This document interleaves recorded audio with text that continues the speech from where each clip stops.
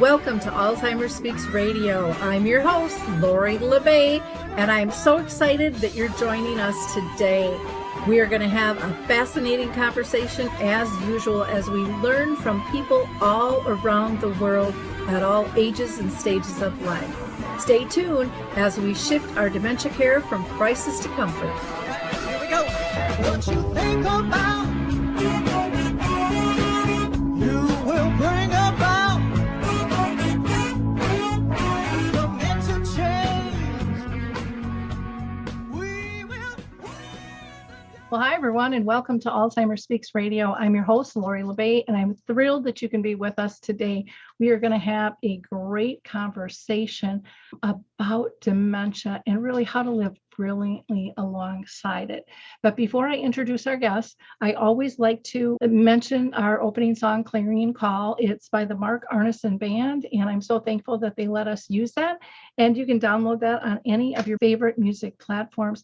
Also, if you're new to Alzheimer Speaks Radio, we're about sound information, not just sound bites. I know what it's like. My mom lived with dementia for 30 years, and that's why I started Alzheimer Speaks. In fact, we just rolled out our new website, so please go there. We have a ton of free resources for you to access, along with all of our speaking and training and consulting and branding that we do. So go to alzheimerspeaks.com and check that out. I also want to mention that the Memory Camp is open, and that will be August 15th to the 18th, and you can register by calling 715-479-8255. We are going to hear from the Adaptive Equipment and Caregiving Corner, and then we'll be right back with our guests. I love the footbar walker, and let me tell you why. It is the option for my toolbox that I've been waiting for. Let's be honest, there are some clients who, despite our best rehab efforts, just aren't able to return to performing a sit-to-stand transfer on their own. Now I can offer my caregivers an easier, safer option that doesn't involve hoisting their loved one up from a sitting position. I don't recommend this walker for all of my clients, but I do recommend this walker for those caregivers looking for an easier, safer option with transfers. I would also encourage other therapists to add this walker to their toolbox. It's kind of like having my own mobile parallel bars for the client to pull up on. Whether it's a family caregiver at home helping a loved one with Parkinson's or dementia, CNAs in a long-term care facility assisting their patients, or therapists adapting to client and caregiver specific needs, we now have a very safe and effective option to offer in the footbar walker.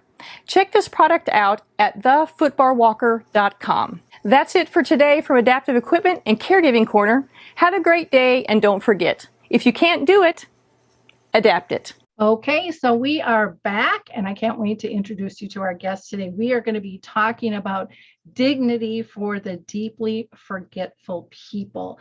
And our guests are Stephen G. Post and Reverend Dr. Jade Angelica. Both have been with us before, and it's always a fun, interesting conversation. So let me just give you a little bit of background, and then I'm going to go ahead and pull them into the conversation. So Stephen G. Post is the founding director of the Center for Medical Humanities, Compassionate Care, and Bioethics at Stony Brook University, the Renaissance School of Medicine, where he also serves as a professor of family, population, and preventative medicine. He is an elected member of the Medical and Scientific Advisory Board of Alzheimer's Disease International, and only one of 3 recipients of the Alzheimer's Association Distinguished Service Award. Reverend Dr. Jade Angelica is a Unitarian Universal Community Minister and a spiritual director, and she offers hope and inspiration to the Alzheimer's community through her writings and workshop. She even did a play. Jade's most rewarding ministry has been caring for her mother, though, Jean, who died from Alzheimer's in 2011. Well, I just want to welcome you both to the show. I'm so excited to have you back. You're both brilliant in mind, body, and spirit. And you offer so much to not just the community of dementia, but the world as a whole, just the way you guys live your life and your philosophy. So I can't wait to be able to share more of your work today with our audience. So Stephen, thank you so much for joining us. Appreciate your time today. It's an honor. It's a delight. And Jade, I'm thrilled to have you back as well. I think last time we did your play when you were on the show. So as usual, I always like to start out by asking how you have been personally touched by dementia, if it's been in your own family or circle of friends, or if it's just work related. Stephen, I'm going to have you take that first, if you don't mind.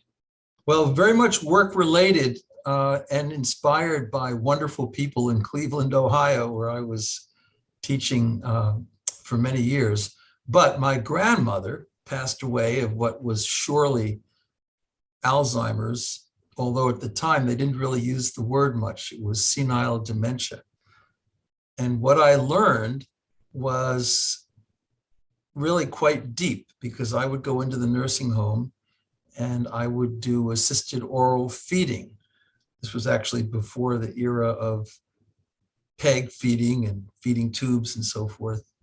And what I found was that in that kind of ritualistic back and forth, applesauce, bran, and so forth, there was a connection there that was very subtle. And occasionally she would surprise me and she would call me by name, which I wasn't ready for, but I would speak to her as if expecting an answer. And there was just a lot of back and forth. And so I knew she was there, and sometimes I could just see in the shining of her eyes that she enjoyed having little Stevie around, because I was her favorite grandchild, I must say. And she was a wonderful woman. So even though she was deeply forgetful, and I don't use the word dementia much, she was deeply forgetful. She was still there, and I never doubted that fact, that underneath the silence or whatever it might be, Grandma Post was still in town.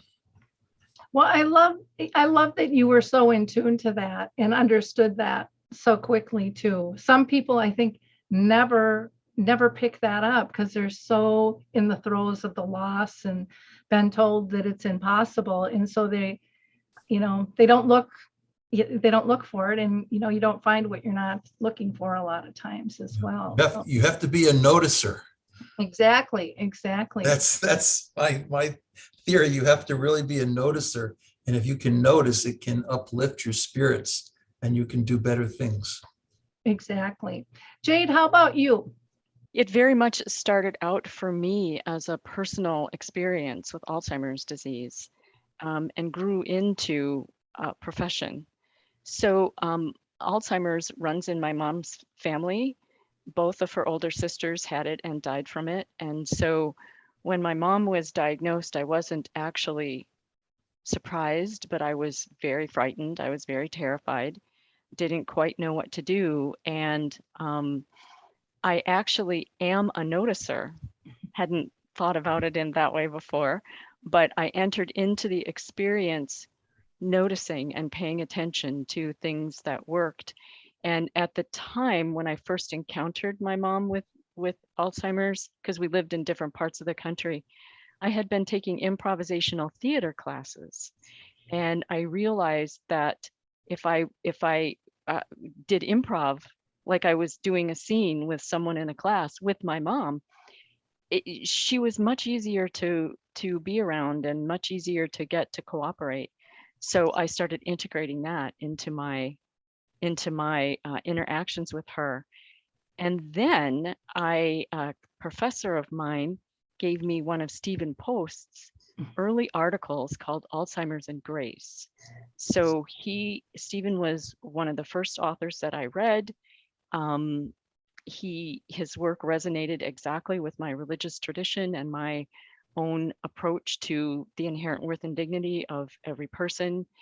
And I have to really thank him for his generosity over all these years of being a wonderful mentor. And so My work is in the area of spirituality and Alzheimer's disease, and also caregiver education. I do education programs now for caregivers about learning to communicate and connect using those improvisation techniques. Wonderful. I never thought of myself as a noticer either. Mhm. But definitely, and my mom taught me so many lessons because I notice things, and that's Mhm. what I speak on is kind of multi-sensory skills in terms of communication and using emotional based training to get people to feel the need to change. And I love noticer versus, a lot of times we use the word detective. Well, that just sounds like dang much work, and where you really have to hunt it down because things are so subtle and they're so easy to see, and we all observe these things in the rest of our lives, and why we kind of tend to turn the switch off when it comes to someone who's ill. And go ahead, Stephen, because you've got something to say. Well, yeah, I mean, I borrow the word noticer from Larry Dossey, who writes about premonitions and synchronicity, and he says you have to be open to these things in your experience. You have to notice them. Some people choose not to notice them. But I'll tell you, the word dementia doesn't help much. It's a purely medical term, dementia, a decline from a former mental state. And it invites us not to notice. It invites negative metaphors, husk, shell, gone, absent, and so forth. Deeply forgetful is a much more inclusive concept. And, I have moments like every senior professor does out in the parking lot when I have to ask a medical student, do you have any idea where I parked my car today? Now, I know I'm really in trouble if I have to ask a medical student, do you know if I drove to work today? But, we have to recognize that we need more inclusive language. And deeply forgetful is almost, to be honest, getting to Jade here, it's almost a mystical concept. It's a very spiritual idea that somehow we all have those moments and there's more continuity than we think. And it's not them, the demented, versus us, the non-demented. It kind of ebbs and flows a little bit. Obviously, you get on and you have a diagnosis of Alzheimer's or some other illness that causes dementia. And that's a more significant problem. But we know what memory is. We know what it is to have a memory lapse of some major proportions and be embarrassed by it. So it's not alien to our everyday experience. Very true. And I think sometimes we would like to be deeply forgetful and just escape maybe some of the things around us. And we call that a vacation, or relaxing, when it's a conscious choice too. So, I mean, it is something that we all do at different times, intentional or not, it can happen. I do want to have a conversation on the title of your book, because, that is the title of your book, Dignity for Deeply Forgetful People. And I'm always interested in the hows and the whys of the choice. Well, it's pretty much what I just said. I really believe in the concept of dignity. And as a philosopher, an ethicist, and respite provider for family caregivers over the years, I think dignity really conveys the sense of worth or significance. That just because someone doesn't have linear rationality intact and isn't quite able to make plans toward the future and move from point A to point B, they have many other wonderful forms of rationality. They can be incredibly creative, as everybody knows. They have symbolic rationality, so they can still know who they are, not so much what they're doing, but who they are. That bead, that rosary bead, can stimulate a prayer. That article of clothing can stimulate someone to sort of get back in touch with who they are because they wore that in the years past. So symbolic rationality is really important. And consciousness itself means a lot.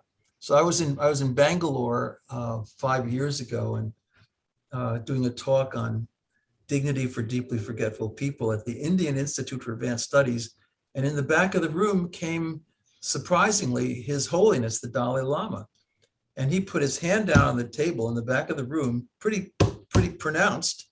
And he said, you know, there's no reason to respect somebody less because their memory is compromised. It makes no sense. What really matters is their consciousness. They can still be conscious of the beauty of the world around them. They can smell the apple pie.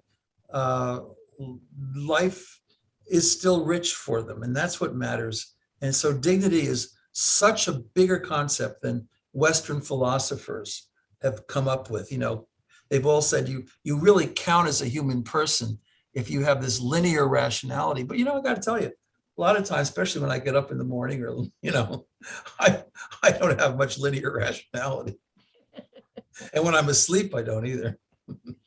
Well, and you know, the other thing when you're talking about that consciousness and the Dalai Lama, I just love him. But you know, I just think in terms of when I talk with people with dementia, they mention to me all the time that even though, you know, some things might be slipping with their memory or, you know, cognitive abilities, their other senses have heightened. And we hear that with somebody who's blind or hard of hearing, and yet it's still really poo-pooed in this industry that they can take all of this in and still have great emotion and connection to what's going on. And even be deeper, because they get freed. Sometimes the goodness in their hearts is disinhibited. So in the book, I talk about Willem de Kooning, you know, the abstract expressionist, famous for pictures portraying anxiety and the intensity and the depression of modern times. He becomes deeply forgetful. He's diagnosed at Cornell Weill Hospital. And for 14 years, he's in a loft in Greenwich Village, and he's got an assistant with him. And, you know, he's still painting. He just rises up sporadically, even right into the 14th year, dips his paint in acrylic, goes up to the easel, and he paints. And his later stuff, there was a posthumous exhibit. I actually like it better than his early stuff because he got away from that sort of, you know, battering and animosity that was so characteristic of his earlier years. And his paintings are a little closer to Georgia O'Keeffe. You know, he's closer to the spirit of nature. He's noticing things, I think, in his environment that probably he was too busy or too nasty to notice before. So he was disinhibited. That's okay. Yeah, and again, that's what I hear people say too. Colors are brighter, sounds are more vivid, you know, all of that. And I love when they say to us, you know, stop trying to keep me busy and just sit down and relax with me.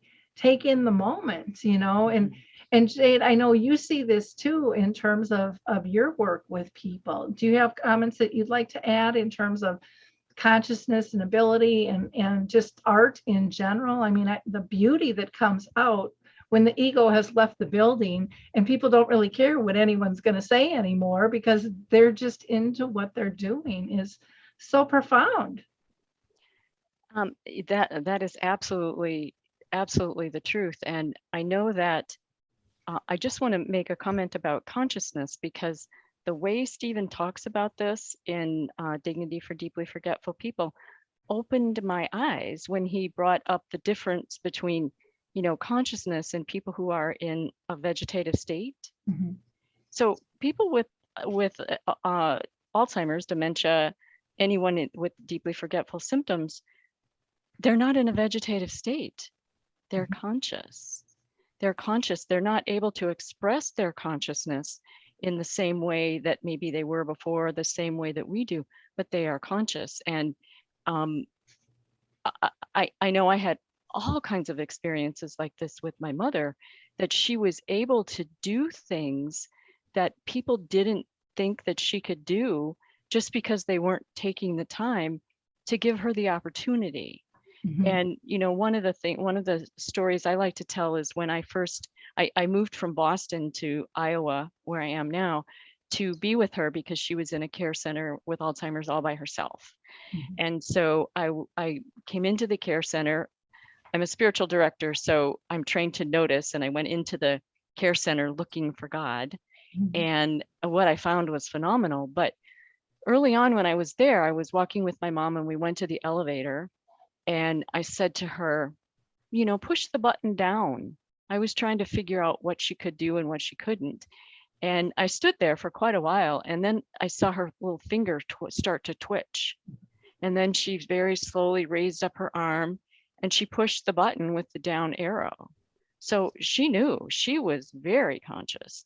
We got into the elevator and I thought I'd keep trying this. And I said, okay, push the button 1. Finger comes up, pushes the button 1, and down we go. So I was learning, just discovering all these things I just didn't think were possible, that they were there, that she had all these abilities, and it was up to me to draw them out. And oh, what a wonderful time we had doing that. Well, and how fun for you to see, but how empowering for her to be asked to participate and to be able to complete that task, just like you would normally. And Right. I think we live in such a fast-paced world. If somebody doesn't do it in a nanosecond, oh, get out of my way. Let me just do it, and we barge in and then we just don't ask again because we're so impatient these days. And Stephen, I can see you got something to say.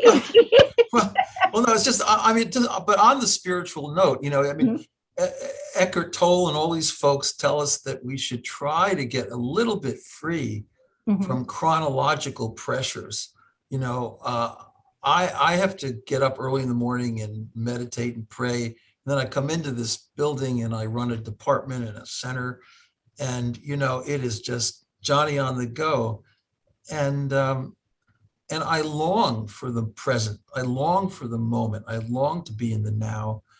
And when I'm around individuals at the VA nursing home, which is just down the street here, I can't help but be in the present. I'm in the pure present. I mean, it's not that they don't have connections with their past, and they do, and that's an important thing to note and to observe.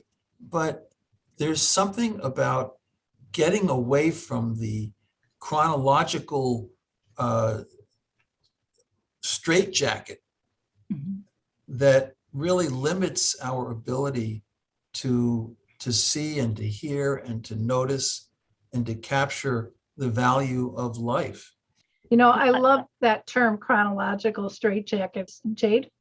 Yeah, I just want to add that the power of now, which is the Eckhart Tolle book that maybe Stephen is referring to, that was the experience I would have with my mom, because people with dementia are very present in the moment. The moment at hand is really all they've got going on. And so we can join them in that moment. So I would go to the nursing home. I would be there maybe 3 or 4 hours. And I was totally present in my mom's world, totally present in her experience with her and with all the people who had dementia. And when I left there, I felt like I'd been on vacation. I wasn't worried about a thing. I was just very, very present in what was happening during those hours. And that was another thing I noticed. Wow, what a surprise. So that's one of the things I really invite caregivers to pay attention to, is you can join the people with dementia in their moment and be there completely. And it can be a marvelous experience in a lot of ways. Peace and joy. I remember when I was younger, I used to work with developmentally disabled, and my mom would go, you have the patience of Job with them. But with the rest of us, not so much, because then I was back to my, boom, boom, boom, boom, boom, get everything done. And when I was caring for my mom, it took me a little while because, I was a real estate agent. So you're on call really 24/7 with stuff to put my pager down and turn my phone off, because I really thought the world was going to explode if I just was quiet, because I was so used to being so busy. So that took me a little bit of time, but then it was like, gosh, I got to the point where the safest and the calmest place to be was sitting next to her in silence.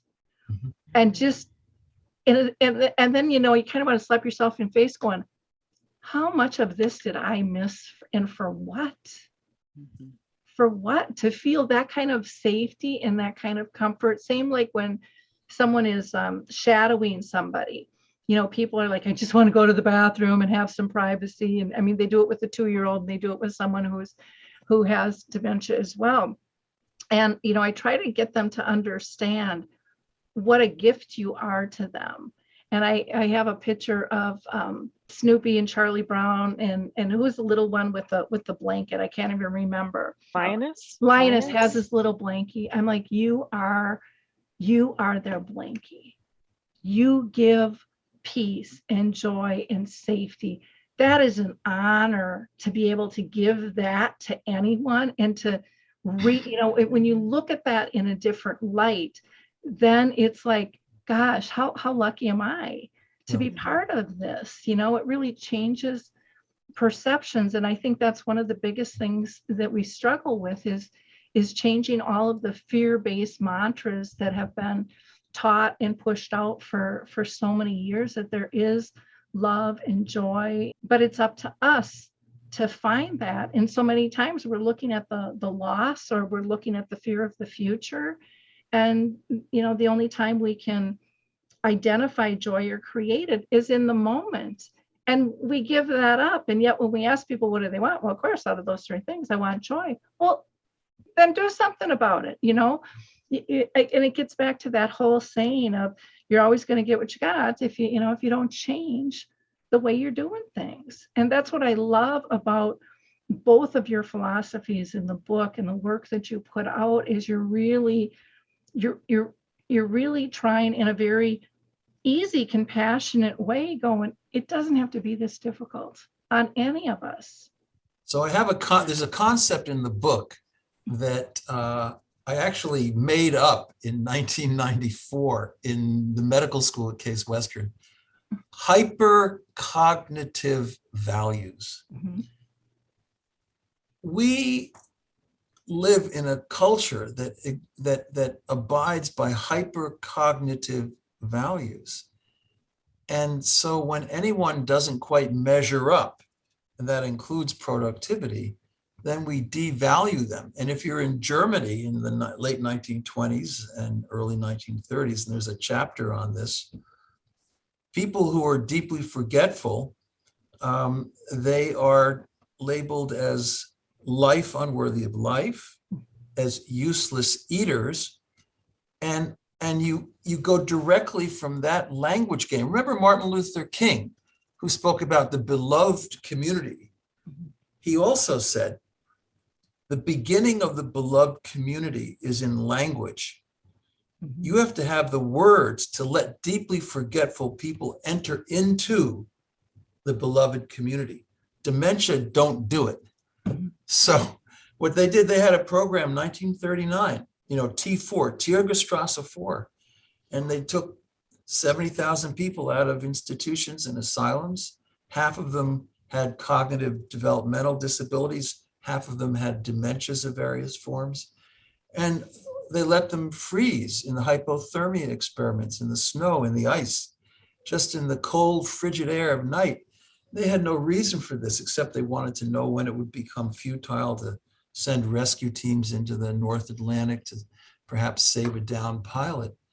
But, it was terrible. Then they would bring them back into the asylums, and they would thaw them out at different heat gradients.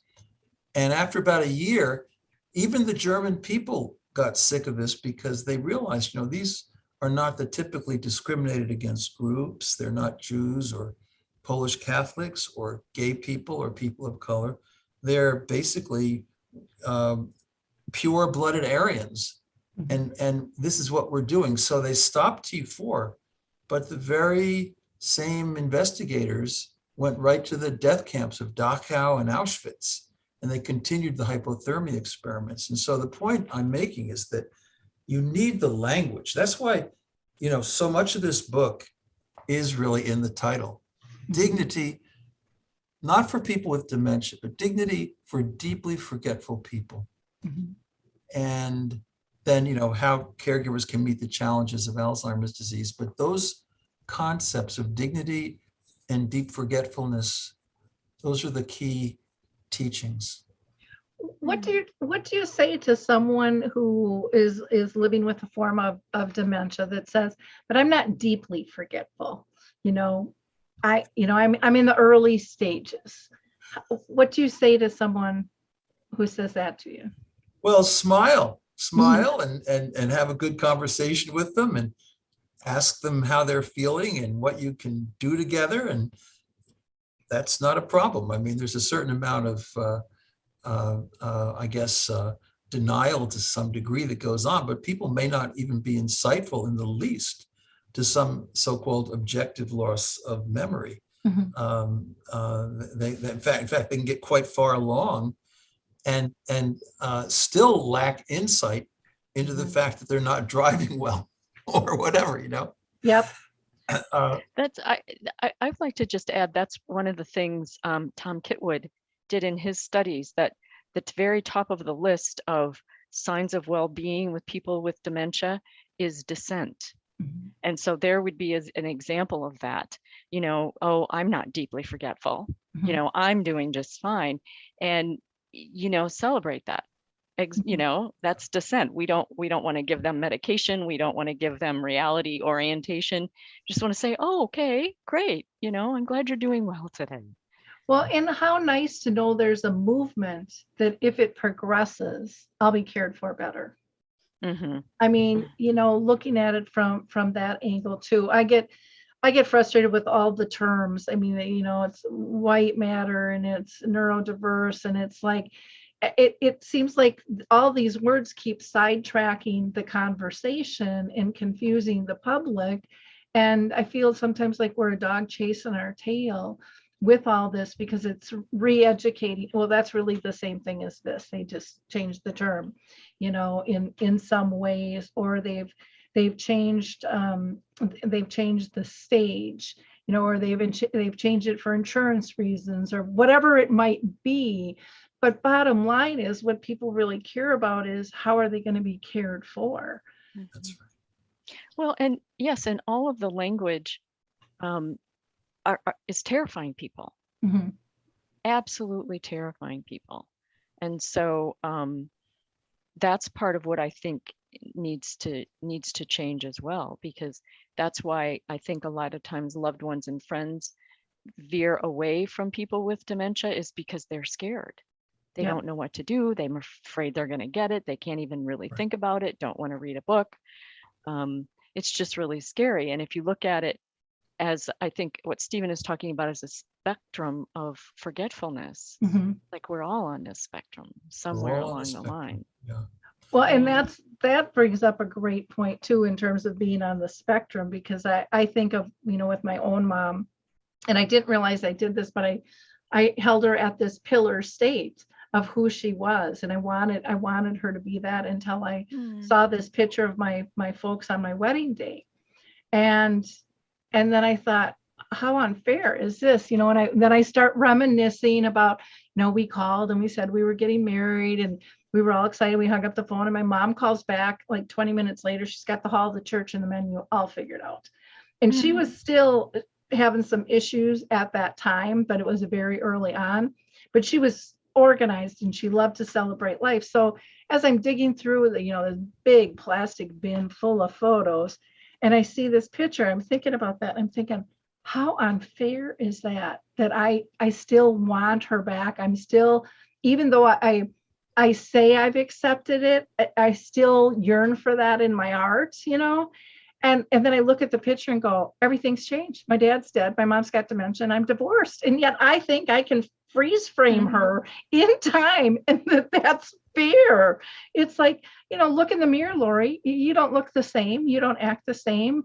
Nobody does. We are all, changing in this life. And yet I think when we get scared, we want to hold on even tighter to what was comfortable for us. One thing to remember, that's a really great point. the use of language in relationship to fear is a real problem. So one wants to recognize that Dr. Alois Alzheimer himself did not believe that he had discovered a disease in 1907 with Augusta D. He thought he had encountered a woman in her 50s who had some memory problems, and he felt that that was simply a part of an aging brain. That's just what brains do when they start to get older. And the idea that somehow, other parts of our bodies can age, but not our brain, is kind of silly. And now with the studies of, for example, women in their late 90s, 60% of them have what you might call dementia, probable Alzheimer's in some cases. But, we have to recognize that this comes with the territory of being human. And I truly think that we need to reconstruct our view of, again, it's this them versus us mentality where we're thinking it's a medical model somehow, much as I work in medical schools and love doctors and love medical students, and every day I'm surrounded by them, thank heavens. But still, we have to just recognize, there are cultures where there is no such word as dementia. Again, it's a negative term, dementia. They call it squirreliness, or, that's just grandma, or that's just grandpa. And in Chinese culture, particularly among Chinese Americans, there's a epilogue in the book by a Chinese American about his mother and father, who both have dementia. And he says, they're still glorious to me, and I don't separate them from our family. They're still part of the table. They're still part of our dynamic. And the African American community also is much more inclusive of people who are, I would say, deeply forgetful. So we need to really recognize that the language somehow separates people from the beloved community. MLK all the way. It is interesting because I think, as Americans, we've been told that we have it right, for so many years, and we're the leader of the pack. And it's like, oh my gosh, we have so much to learn. And it's amazing the different approaches out there and the willingness to give this information freely. And yet, I remember calling Mark Wortman when he was the director of Alzheimer's Disease International. And I said, I think I got to move. He's like, well, why? And I'm like, they don't get it here. I mean, just nobody gets it here at all. And he burst out laughing. And I said, Mark, I am serious. I am banging my head up against the wall about talking about dementia friendly and changing the culture and the whole 9 yards. And this was back probably 2010, because I stepped into this about 2009. And he goes, you really don't know why, do you? And I'm like, I don't have a clue. And he said, Lori, he said, over here, we approach things from the greater good. And people left here to start America to be proprietary. And, like I was telling him, when I got this information on memory cafes and dementia-friendly communities, nobody wanted a nickel. Nobody wanted a dime. People wanted to actually change the verbiage and take their S's out and put our Z's in and do it for free. And I remember sitting back going, wow, how cool is that? Yes. We need that over here. And even with, the work I do now with Dementia Map, is really interesting because people will say, well, I just need my local resources. And I'm like, no, you need global resources. Granted, if somebody needs a physical place or a clinic or, home health, they need something within the community. I said, but there's so much out there to help. And they're like, well, no, we're fine. And I'm like, we wouldn't have dementia-friendly communities or memory cafes if it wasn't for other countries. And then their mouths drop open. it's so important to have these conversations and share these global concepts with people because they're life changing, and there's so much support for one another to get them off the ground. And a lot of times I think here, and correct me if I'm wrong, but this frustrates me. Maybe it doesn't you guys, so please speak up if not. But we're so used to everything being in this nice little neat little box, and everyone has to meet the same criteria, yet every community and every family is different. And we put this structure in there and we tell them this is the only way it can be, and we shut down creativity in terms of really expanding and meeting the needs of the person and the family and the community. And that creativity also reduced a lot of costs, and people are willing to participate and volunteer their time when they feel their part. And so this conversation about dignity is so deep in my heart. It's just so important. And I know, Stephen, this has really been your life's work, and Jade, yours as well. I'd just like to add something about language here, because I think some of the language that we use in the United States about disease is war language, is battle language. You've got to defeat this and we're going to conquer that. And part of the problem with the dementia diseases is that they can't be conquered. They can't be, they can't be beaten. And so we end up in this hopeless place, and we end up in this place where, we're throwing all kinds of money at pharmaceutical research, whereas what we need to be doing is more of exactly what you were talking about, Lori, that's coming to us from other cultures. That's the basis of Stephen's book. That's the basis of my work. So instead of focusing on cure, we're all focusing on healing, which is that spiritual concept, which is being with the people with dementia, loving them, being kind. Stephen really stresses kindness, patience. I'm convinced that this disease is among us so that we can learn to be more compassionate people. But I feel like that we're going to defeat this language is really part of our downfall. Yep. We'll have a cure in 5 years. We'll have a cure in 5 years. We promise. We better. Yeah. Beautifully stated, Jade. Thanks. And the other, and also in response to Lori's nice line of discussion, we suffer an illusion in our American culture. I love America, but we emphasize independence and invulnerability. And when you really look just descriptively at life, when that baby comes into the world, it's completely vulnerable, it's completely dependent, and by the way, it has no memory, maybe a little emotional memory there. And when we fall ill, we will become suddenly vulnerable and dependent in ways that we never anticipated. And as we grow old and older and older, we just naturally move into this zone. And so somehow or another, we need as a culture not to fight, and I'll use Jade's language there, not to fight against vulnerability, not to fight against dependence, but to recognize that that's the fundamental, ultimate reality of the human condition, period.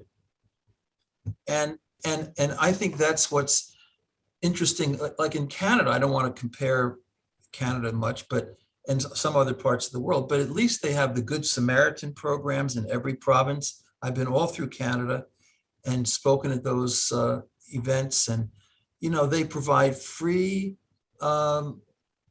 long-term care for everybody, and you don't have to spend down into poverty. I mean, we give folks, in the book, I say we give them scraps and leftovers, and even when we know that respite, just a few hours a week of respite, will allow caregivers to thrive much more so than they would otherwise. Our leaders say we can't do that because it's something that's not affordable. We have a healthcare system that will rescue anybody from death. We will do anything. I mean, look at the intensive care units I hang out in every day. Unbelievable, you know. We'll rescue anybody from death, even when it's really completely ridiculous. But we don't do the kind of basic care. And it's because we don't understand vulnerability and dependence. You know, I think one of the things too, when you talk about vulnerability, you know, to me that goes to authenticity. And the older I get, the more beautiful that is, and the more I appreciate just, you know, the good, the bad, and the ugly. And you know, I've chosen, you know, I just turned 63, but I push away people in my life who aren't authentic, who aren't vulnerable, because they're not really sharing who they are with me anymore. And sometimes I found it's just too much work for me to be present in that state and pretend. And so I really am looking for those authentic situations, and people, you know, who are deeply forgetful, people who are going through trauma, cry, weep, laugh, you know, those are all real emotions that are okay to express. You're scared. You know, we have to stop. You had talked earlier about the hypercognitive, you know, issues and stuff that we have, but, you know, we've gotten even a stage worse now where we cancel people out. We don't like what they say. We don't like what we do. So, you know, it's just, you're out. And I'm kind of saying that that's what I did with some friends, you know, in some ways. I just said, I have to choose my space, but I'm not doing it because I don't love them. It's just, I have other work that I feel like I'm here to do. And, but I think it's really important for people to appreciate that vulnerability. You had also mentioned about, you know, a baby coming into the world, and, you know, they might have a little bit of emotional memory and stuff. But yet what I tell people is, think about how conversations change once you know there's a baby in the womb. All the conversations change. You know, all of a sudden we are inclusive of that baby in the womb.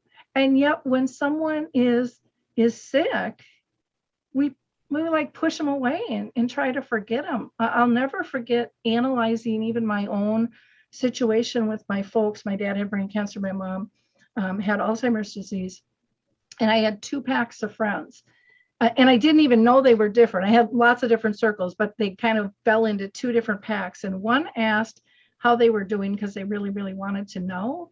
And the other pack asked because they wanted to give me permission to never go visit them again, because they were so uncomfortable with what to do or how to help or what to say, that it was like, it will just be easier, Lori, if we don't have to deal with this. You know, I just want to say something about what you said about the baby. Mhm. You know, a baby comes into the world and people change their language, and they include the baby. But the other thing that people do when babies come into the world is they willingly change their lives. Mhm. And one of the challenges with Alzheimer's caregivers, when people become dependent later in life, there's a lot of resistance to changing their lives in the way that they need to be changed in order to provide care and companionship for someone who's deeply forgetful. And I see that a lot with couples, that the caregiver will be furious that, you know, we've just retired and we were planning on RVing all around the country, and now this, you know, and there's that resistance, that anger, the denial that people need to get beyond. And studies have shown that acceptance, like a radical acceptance of reality, a radical acceptance of what is the best coping technique that will relieve caregiver stress. So it's, you know, I can happily change my life when a baby comes, but I can't happily change it now. Mhm. And if we can encourage people, you know, to change as change needs to happen, their lives and the lives of the deeply forgetful people are going to improve exponentially. Yep. Let go, let God. Yep. And move forward. Mm-hmm. That's for sure. Stephen, was there anything that you wanted to add? No, I think that was a very beautiful statement. It really was. One of the things I do want to talk about end stages and the ability of, dying with dignity. I know that that's a really tough topic for many. I encourage people to go to compassionate care because they have a wonderful addition that people can use for their healthcare directives on that. And people go, well, I don't believe in that. And I'm like, what this does is it makes you think. You don't have to just have dementia or be forgetful, having cognitive problems. You could have a stroke, you could be in a car accident, and these issues are going to come up, and it makes you think about them in multiple levels. So if this happens, this is what I want. If this and this happen together, maybe I want to change that. And if this and this happen, well, then I want to look at it. I want you to look at my life differently. And, that's my preference. I'm always a girl that I always like my options. I don't know if I'll use them, but I like my options. So, Stephen, I'd like to hear your thoughts, and then Jade's.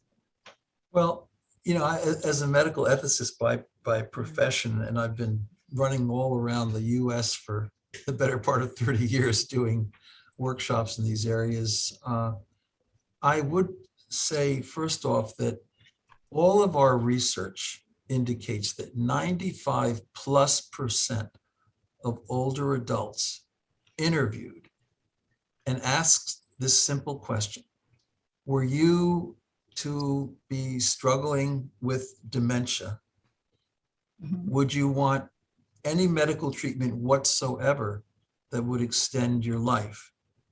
95+% say no. Now, it doesn't mean that there aren't exceptions to that. I can appreciate those exceptions. But the bottom line is that they're saying they don't even want to be treated for diabetes, if they have chronic cardiac problems, which can become very elaborate now with the support, the technology, and so forth. They don't want to be treated for that. If they have an underlying cancer, they would want to be kept comfortable if they needed some palliative treatment, but they don't want anything that is purposefully life extending. So they want to die without a tube or a needle or anything in any orifice, natural or unnatural, if I can say that. And when I was at Case Western, one of my friends there was a GI surgeon in Rainbow Children's Hospital. In 1979, he invented the feeding peg, because he thought that young children who had problems swallowing needed something that wasn't going down their throat. And that was appropriate. But in the year 2000, Dr. Gatterer wrote a beautiful essay in the Journal of Percutaneous Endoscopic Gastrostomy, peg tubes. And he said the thing that he was most saddened by is that in 1985, feeding pegs were introduced into nursing homes. And not only were they introduced into nursing homes, they meant that nursing homes would fire a lot of the staff who were actually pretty well trained. I was trained in this as a kid, pretty well trained in assisted oral feeding and knew how to make it work. So, and if you use a feeding peg, you don't get even an extended life if that's your goal, because you'll have the pneumonias, you'll have the people pulling their tubes out because they don't have any insight into what that is and they're restrained. And then they're sitting in excrement and they get infections. And so the best thing to do is die naturally. And we just have to do that. But there's so much inconsistency regionally, state by state, nursing home by nursing home. And there are financial aspects to it. But I tell you, in Canada, nobody in Canada has ever been treated with a feeding peg when they began to lose their capacity to swallow. It's never happened. They don't do it. Well, it's interesting. And I think, with the survey too, and I could be wrong, but I think so many people still think end stages. When they hear dementia, Alzheimer's, they automatically go to end stages. And I think of my mom who lived with the disease for 30 years. She had a lot of quality of life in that time. Yes. And I'm not trying to change anybody's mind one way or the other, but I think people have to be more educated on probabilities and understanding that everybody goes through this process a little bit different, and we have to dig deeper in terms of what is quality of life for us. And for the life of me, I can't understand why that's such a scary conversation, because I want people to honor my last wishes. I want them to know, and they're not going to know if I don't tell them. And I know what it's like to have to make those decisions for somebody who hasn't told you, and the guilt and the suffering and the double guessing and all of those types of things, and then everyone else's opinions. It's like, this should be taught in school, as far as I'm concerned, in high school. I think this is a really, really important topic for people to understand. The healthcare directives, the powers of attorney, I just think it's smart living, and it isn't something to be afraid of, in my personal opinion. Jade, how about you? Well, one of the things that I witnessed being in a nursing home every day for 4 years, I witnessed a lot of people with Alzheimer's, with dementia diagnoses of various kinds. I witnessed them dying, and I can't remember any of them being on feeding tubes. It could have been possible. But what I noticed was that it was a very natural process, is that they leaned into the process of dementia, not having that cognitive awareness that, oh, I'm dying, but just, experiencing whatever was happening in their bodies. And it's challenging for a family member to be companion with that, and to not want to do something to fix. But I had the benefit of reading one of Stephen's earlier books, so I knew that we weren't going to do any feeding tube, and we weren't going to do any great treatments. The most we did was an antibiotic for a urinary tract infection, because we wanted to keep her comfortable. So that was my goal, to keep her comfortable, free of pain, happy, companioned, and to just allow the dying process to happen. And it was really a rather beautiful, peaceful experience. So I'm pro Iowa. Jade is in Iowa. I'm in Iowa. And I love Iowa. And I have to tell you that I gave a talk at the governor's task force on Alzheimer's disease in Iowa. It had to have been 20 years ago. I was living in Cleveland at the time. And the whole thing was devoted to assisted oral feeding. And they had whole programs to re-educate people how to do that and how to do it effectively, because it's not just something you don't need a little training for. And I think you're right. I think Iowa tends to be quite progressive compared to some other parts of the country. So I like that. I like what you just said. But can I say one thing, Lori? There's a chapter in the book. There's a chapter called "Is Grandma Still There?" which is a question every grandkid asks, and I say, of course she is. Who else are you going to say? And who are we to claim that she's not? But there's also a chapter on preemptive assisted suicide. And I tell the story of when I was a student at the University of Chicago, I had two mentors. Both of them were psychiatrists. One of them had a wonderful family. He became demented, probable Alzheimer's, maybe mixed. And his family embraced him, took care of him, let him know that he would be cared for. And he did live for another 10 years or so, and did pretty well, actually. But there was another psychiatrist who had no family at all. He was what now, I don't like the language they're referring to as I live alone. And he took 40 Secanols in a plastic bag over his head, and he died. And right now, I mean, I don't espouse that, because I'm so interested in how we can connect with these individuals at very deep and meaningful levels. But, you know, in the book, I talk about a street clown in San Francisco who, you know, he'd been acting in front of the libraries and so forth for years, and now he has a diagnosis of progressive dementia. And he determines he has no family members, no loved ones, no one he can really rely on or entrust with his future to kind of chaperone him through the medical technological morass.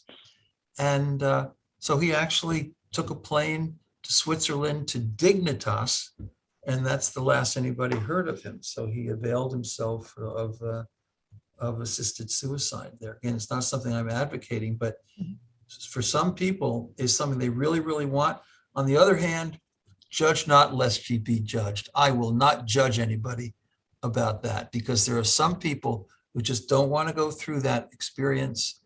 Not that they know much about it, but I have to honor them. Yeah, we did a show several years ago about that. And we had people living with dementia. We had care partners. We had physicians. It was funny, I couldn't get any religious person to join that conversation at all, which I thought was really interesting. And, you know, minds were changed after that conversation, because people were all different, and they all had thought it through. It wasn't something that they took lightly. You know, so I hear people to this day say, well, I have my stash of pills. I hope I remember where they are when I need them, you know, because they're thinking about that. We had one gal who moved with her family in order to be able to do an assisted suicide. She planned 3 months ahead. She told all of her family and friends so people could come and visit. And it was the most beautiful thing to witness. And I just witnessed it through Facebook with her postings and stuff. Oh. But, you know, she just felt like she was too much of a burden to her family, and that they couldn't change to meet her needs. And they still wanted her old self. But it was so beautiful. Everybody was on the same page with it. And I'm like you, I don't want to judge that. I don't want to say one way is right or wrong. I think everybody has different circumstances. But I think it's a conversation of, again, getting educated on the process and what does this even look like, and understanding, again, it's different. It's different for everyone. And there's still bullying that goes on with many people living with dementia, with people saying, well, my husband didn't act like that, or my mom wasn't like that. You're faking it, you know, for these people who are living with dementia and strong advocates out there. And they're like, you have no idea what this takes me, you know, to do to get up on stage. I'm down for the count for 2 or 3 days, because I pull my energy together because I'm passionate about this. And people just really don't understand the process of the mind and the body and the soul and their particular situation in life.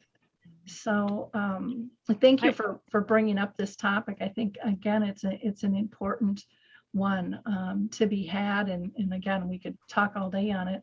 People can reach out to Dr. Stephen Post by going to a website called unlimitedloveinstitute.org. And it's Stephen G. Post, Stephen with a PH. Oh, you're right. And Jade has a great website. Yes, healingmoments.org or jadeangelica.com. And people can also email you at, it looks like jadeangelica@gmail.com. Thank you both for being with us today. Always fun. I could talk to you guys for a week straight, and I don't think we'd run out of things to talk about.